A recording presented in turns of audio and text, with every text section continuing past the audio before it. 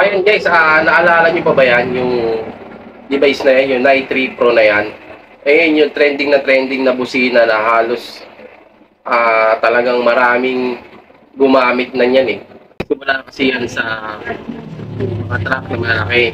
Tapos ngayon, ginaya na rin sa mga motor o sa mga tricycle. Ngayon guys, pakita ko sa inyo yung pinakamabilis na way paano mag-wiring ng ganyan. Papakita ko sa inyo yung schematic diagram yan para pag mag-DIY kayo, madali nyo na siyang magawa. Pero ito guys, ituturo sa inyo yung schematic diagram niya ng wiring niya, kung paano siya nagsimula at paano siya mabuo at paano lumabas yung tunog na gano'n ng busina na gano'n. Yan guys, ito na, tuturo na sa inyo.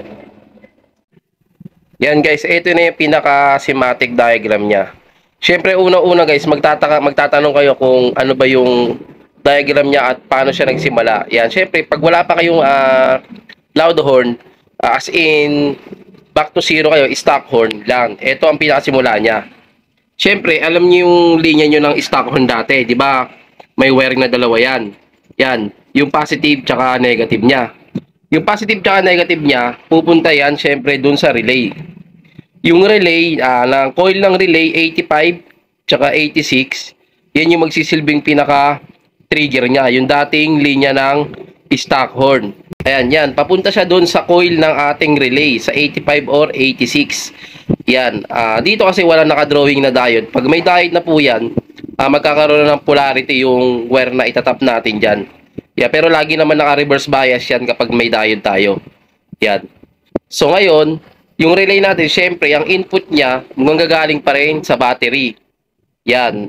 Kukuha ka ng positive sa battery, syempre, sa line na yun, meron kayong dapat fuse for safety siya. Yan. Ngayon, yan, 30 na yan, ayun yung input na galing sa battery. Tapos yung 87 ng relay mo, pupunta na yan dyan sa Night 3 Pro mo. Yan. Yung Night 3 Pro natin kasi guys, 4 wires yan. Yung isang wire niyan, input yan ng galing relay. Tapos yung isang wire niyan, ground lang din. Tapos yung output niyan, ay na yung papunta sa mga busina natin. Katulad yan, sample PIA. Yan. Dapat guys, yung Night 3 Pro nyo, meron yan, schematic diagram sa likod, may color coding yan. Yun ang susundin nyo kung ano yung output tsaka yung input. Yan, kasi dito sa Night 3 Pro na ginagamit ko, ang output niya, blue at brown. Yan, ganyan lang ang gagawin nyo. Yung dalawang output niya, nasa kanya-kanyang terminal ng busina, tig-isa sila. Yan, tig-isa sila, yung blue. Tapos, yung isa naman linya ng isang terminal na busina, naka-ground lang din. Ito, same yung isa, ganun din, naka-ground lang din. Yan, ganun lang siya kasimple.